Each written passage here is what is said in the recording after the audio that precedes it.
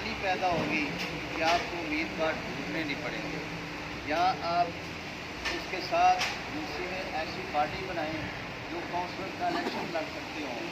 तो चूँकि ये डिफरेंट इलेक्शन है, पहले इलेक्शन की तरह नाज़म या चेयरमैन का इलेक्शन नहीं होगा, इसमें काउंसलरों के इलेक्शन होंगे और जो काउंसलर सबसे ज़्यादा वोट लेगा वो चेयरमैन मुंतखब होगा।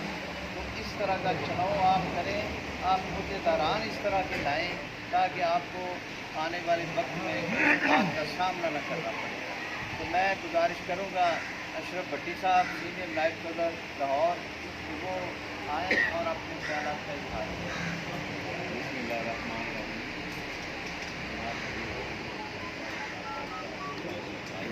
पाकिस्तान पीपल्स पार्टी के सीनियर अहदेदार मेरे सामने बैठे हैं। मैं इन सब की खिदमत में अपना सलाम पेश करता हूँ और ज़ाहिर साहब ने मुझे